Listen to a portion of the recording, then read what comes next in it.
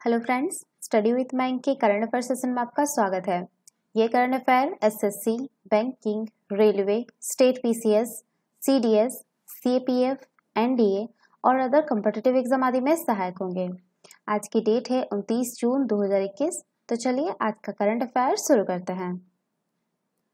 आज का पहला प्रश्न है, नशीली दवाओं के दुरुपयोग और अवैध तस्करी के खिलाफ अंतर्राष्ट्रीय दिवस किस दिन मनाया जाता है? ऑप्शन ए 10 जनवरी, ऑप्शन बी 12 मार्च, ऑप्शन सी 20 अप्रैल, ऑप्शन डी 26 जून। देखिए, हर साल जो है आपका संयुक्त राष्ट्र द्वारा नशीली दवाओं के दुरुपयोग और अवैध तस्करी के खिलाफ अंतर्राष्ट्रीय दिवस जो है वो आपका 26 जून को मनाया जाता है। ये दिवस जो है आपका 1989 से मनाया जा रहा है। संयुक्त राष्ट्र की वर्ल्ड ड्रग रिपोर्ट के अनुसार दुनिया में अवैध ड्रग का मूल्य प्रति वर्ष 322 बिलियन अमेरिकी डॉलर है।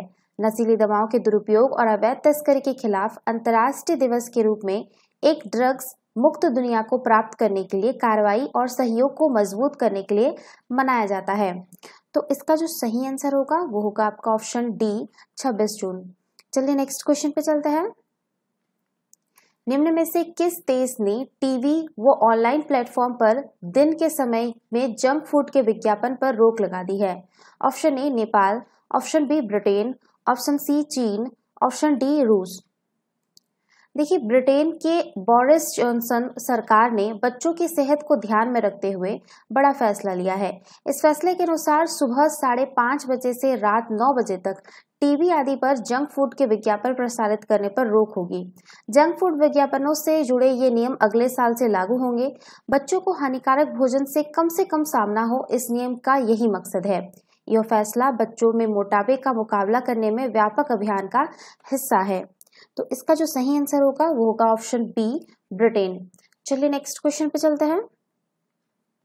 निम्न में से किस भारतीय अर्थशास्त्री को आईएमएफ के उच्च स्तरीय सलाहकार समूह के सदस्य के तौर पर नामित किया गया है? Option A Montek Ahluwalia, option B Raghuram Rajan, option C Urjit Patel, option D Shaktikanta Das. देखिए, योजना आयोग के पूर्व उपाध्यक्ष मोंटेंग सिंह अहलूवालिया को विश्व बैंक और आईएमएफ द्वारा गठित एक उच्च स्तरीय सलाहकार समूह का सदस्य नामित किया गया है। समूह का नेतृत्व संयुक्त राष्ट्र से मारी पोटेंगसू सेला पासवारसिंगलू और लॉर्ड निकोलस स्टर्न करेंगे। समूह का गठन जो है वो विश्व बैंक और आईएमएफ द्वारा कोविड-19 महामारी और जलवायु परिवर्तन से उत्पन्न दोहरे संकट के कारण किया गया था। तो इसका जो सही आंसर होगा वो होगा ऑप्शन ए मोटेंग अहलूवालिया। चलिए नेक्स्ट क्वेश्चन पे चलते हैं। सौरभ चौधरी और मनु भारत की भारतीय जोड़ी ने 26 जून 2021 को आईएसएसएफ निशानेबाजी विश्व कप की 10 मीटर एयर पिस्टल मिश्रित टीम स्पर्धा में कौन सा पदक जीता? ऑप्शन ए कांस्य पदक, ऑप्शन बी स्वर्ण पदक, ऑप्शन डी, ऑप्शन सी है आपका रजत पदक, ऑप्शन डी इनमें से कोई नहीं। देखिए, सौरभ चौधरी और मनु भारत की भारतीय जोड़ी ने 26 जून 2021 को आईएसएसएफ निशानेबाजी विश्व कप की 10 मीटर एयर पिस्टल मिश्रित टीम स्पर्धा में रजत पदक जीता है। टूर्नामेंट के तीसरे दिन सौरभ और मनु को स्वर्ण पदक के मुकाबले में रूस की विटालिना वात्सार्स्किना और ऑर्टेन चेरोंसोव की जो जोड़ी थी उनसे 12-16 से हार का सामना करना पड़ा। भारतीय जोड़ी जो है वो 12-12 से बराबरी पर थी, लेकिन अंतिम 2 सीरीज गंवाने से स्वर्ण पदक से जो है वो चूक गई। तो इसका जो सही आंसर होगा वो होगा आपका ऑप्शन सी रजत पदक। चलिए नेक्स्ट क्वेश्चन पे चलते हैं। स्मार्ट सिटी अवार्ड 2020 की 100 शहरों की लिस्ट में निम्न में से किन शहरों को प्रथम स्थान प्राप्त हुआ है? ऑप्शन ए पटना एवं मुजफ्फरपुर, ऑप्शन बी बिहार शरीफ और भागलपुर, ऑप्शन सी आगरा एवं कानपुर, ऑप्शन डी इंदौर एवं सूरत। देखिए, देश की 100 स्मार्ट शहरों में गुजरात के सूरत व मध्य प्रदेश के इंदौर ने बाजी मारी है। उन्हें स्मार्ट सिटी अवार्ड 2020 से नवाजा गया है। उन्हें साझा पहला पुरस्कार दिया गया है। 2019 में सूरत जो है वो अकेला पहले नंबर पर था। इसमें मिशन के तहत 100 शहर चुने गए थे, जिसमें बिहार के 4 शहर यानी आपका पटना, मुजफ्फरपुर, बिहार शरीफ और भागलपुर शामिल थे। स्मार्ट सिटी के चुनाव को लेकर मानकों का ध्यान रखा गया। इसमें सामाजिक पहलू, शासन, संस्कृति, शहरी पर्यावरण, स्वच्छता, अर्थव्यवस्था, पर्यावरण और जल जैसे कई मापदंड के आधार पर पुरस्कार दिए गए हैं। तो आपका जो सही आंसर होगा वो होगा ऑप्शन डी, इंदौर एवं सूरत। ध्यान रखिएगा, ये पहला बार है जब किसी 2 शहरों को साझा रूप में ये पुरस्कार दिया गया है। ठीक है, चलिए नेक्स्ट क्वेश्चन पे चलते हैं। निम्न में से किस देश ने वर्ष 2033 में अपना पहला क्रू मिशन मंगल पर भेजने की योजना बनाई है? Option A Nepal, option B Bharat, option C चीन, ऑप्शन डी पाकिस्तान। देखिए, चीन ने 2023 में अपना पहला क्रू मिशन मंगल पर भेजने की योजना बनाई है। नियमित अनुवर्ती उड़ानों के साथ मानव युक्त मंगल मिशन शुरू किया जाएगा। मंगल पर स्थायी रूप से बेस के निर्माण और इसके संसाधनों को निकालने के लिए दीर्घकालिक योजना के साथ मिशन शुरू किया जाएगा। यह महत्वाकांक्षी योजना मनुष्य को मंगल ग्रह पर लाने के लिए अमेरिका के साथ दौड़ को तेज करेगी। चीन ने 2033, 2035, 2037 और 2041 आदि के लिए मंगल ग्रह पर मानव युक्त मिशन की योजना बनाई है। तो इसका जो सही आंसर होगा वो होगा ऑप्शन सी चीन। चलिए नेक्स्ट क्वेश्चन पे चलते हैं। टोक्यो ओलंपिक खेलों के लिए क्वाटूलिफाई करने वाले पहले ये जो है गलती से आपका 2 टाइप हो गया और मैं पढ़ भी वैसे रही हूँ, क्वालिफाई होगा। ठीक है, क्वालिफाई करने वाले पहले भारतीय तैराक निम्न में से कौन बन गए हैं? Option A Sajan Prakash, option B Shrihari Nataraj, option C Kushagra Rawat, option D Sandeep Sejwal. देखिए, साजन प्रकाश टोक्यो ओलंपिक खेलों के लिए क्वालिफाई करने वाले पहले भारतीय तैराक बन गए हैं। उन्होंने रोम में पुरुषों के 200 मीटर बटरफ्लाई मुकाबले में 1 मिनट 56 यानी कि आपका 3:08 सेकंड का समय लिया, जबकि ओलंपिक में शामिल होने की योग्यता के लिए 1 मिनट 56.84 सेकंड की सीमा निर्धारित की गई थी। टोक्यो 5 में ओलंपिक खेल 23 जुलाई से शुरू होंगे और 8 अगस्त तक चलेंगे। कोरोना महामारी के कारण पिछले वर्ष ओलंपिक खेलों को स्थगित कर दिया गया है। ये टाइपिंग में थोड़ा मिस्टेक हुआ है इसमें, ठीक है, तो आप लोग सुधार कर लीजिएगा। तो ये जो आपका सही आंसर होगा ऑप्शन ए साजन प्रकाश। चलिए नेक्स्ट क्वेश्चन पे चलते हैं।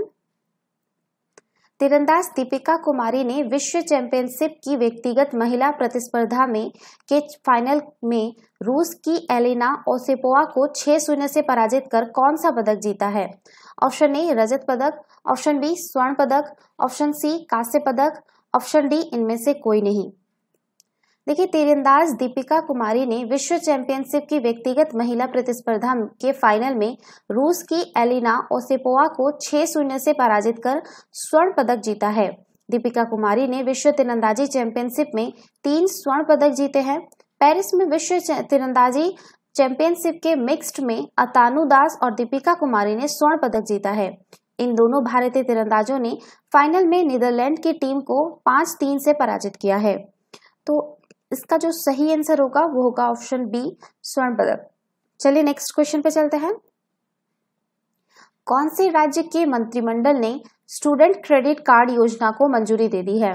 Option A Kerala, option B Paschim Bangal, option C Jharkhand, option D Chhattisgarh. देखिए, पश्चिम बंगाल मंत्रिमंडल ने स्टूडेंट क्रेडिट कार्ड योजना को मंजूरी दे दी है। स्टूडेंट क्रेडिट कार्ड योजना की मदद से उच्च अध्ययन करने के लिए 10 लाख रुपए तक का सॉफ्ट लोन प्राप्त किया जा सकता है। पश्चिम बंगाल में कम से कम जो है 10 वर्ष बिताने वाला कोई भी छात्र इस योजना का लाभ उठा सकता है। यह ऋण भारत या विदेश में स्नातक, स्नातकोत्तर, डॉक्टरेट या पोस्ट डॉक्टरेट अध्ययन के लिए उपलब्ध होगा। कोई भी एक व्यक्ति 40 वर्ष की आयु तक योजना के लिए पात्र होगा। योजना के तहत लाभ प्राप्त करने वाले छात्र को नौकरी मिलने के बाद ऋण चुकाने के लिए 15 वर्ष का समय दिया जाएगा। योजना के बाद 10वीं या उससे अधिक की कक्षा में विद्यार्थी ऋण प्राप्त करने के लिए पात्र हैं। वर्तमान में राज्य में 10वीं कक्षा के लगभग 12 लाख छात्र और 12वीं कक्षा में 9 लाख से अधिक छात्र हैं जो इस योजना का लाभ प्राप्त करने में सक्षम होंगे। तो इसका जो सही आंसर होगा वो होगा ऑप्शन बी, पश्चिम बंगाल। चलिए नेक्स्ट क्वेश्चन पे चलते हैं। हाल ही में रक्षा मंत्री ने प्रोजेक्ट सी बर्ड के दूसरे चरण के अंतर्गत चल रहे बुनियादी ढांचे के विकास की समीक्षा के लिए कौन से राज्य में कारवार नौसेना बेस का दौरा किया? Option A Tamil Nadu, option B Maharashtra, option C Kerala, option D Karnataka. देखिए हाल ही में जो है आपका रक्षा मंत्री ने प्रोजेक्ट सी बर्ड के दूसरे चरण के अंतर्गत चल रहे बुनियादी ढांचे के विकास की समीक्षा के लिए कर्नाटक में कारवार नौसेना बेस का दौरा किया। प्रोजेक्ट सी बर्ड में 11,169 एकड़ के क्षेत्र में एक नौसैनिक अड्डे का निर्माण शामिल है। प्रथम चरण में गहरे समुद्र में बंदरगाह, ब्रेक वाटर ड्रेजिंग टाउनशिप, नौसैनिक अस्पताल और एक डॉकयार्ड अपलिफ्ट सेंटर का निर्माण शामिल था। इसे वर्ष 2005 में पूरा किया गया था। प्रोजेक्ट सी बर्ड के द्वितीय चरण को वर्ष 2012 में सुरक्षा और कैबिनेट कमेटी द्वारा मंजूरी दी गई थी। इसके अतिरिक्त जो है आपका युद्धपोतों को रखने और अन्य योजनाओं के साथ एक नया नेवल एयर स्टेशन स्थापित करने के लिए सुविधाओं का विस्तार करने की परिकल्पना की गई थी। INS कदम वर्तमान में तीसरा सबसे बड़ा भारतीय नौसैनिक अड्डा है और द्वितीय विस्तार चरण के पूरा होने के बाद पूर्वी गोलार्ध में सबसे बड़ा नौसैनिक अड्डा बनने की उम्मीद है। नौसेना का अकेला विमान वाहक पोत INS विक्रमादित्य कारवार में स्थित है। इस बेस में जहाजों और एवं पनडुब्बियों के लिए देश की पहली सी लिफ्ट सुविधा एवं अद्वितीय सिपलिफ्ट और डॉकिंग और अनडॉकिंग स्थानांतरण प्रणाली भी है। तो इसका जो सही आंसर होगा वो होगा आपका ऑप्शन डी, कर्नाटक। तो ये थे आज के करंट अफेयर। वीडियो पसंद आए तो लाइक, शेयर और कमेंट करना ना भूले। साथ ही साथ चैनल को सब्सक्राइब करना ना भूले। Thanks for watching. Have a nice day. Take care.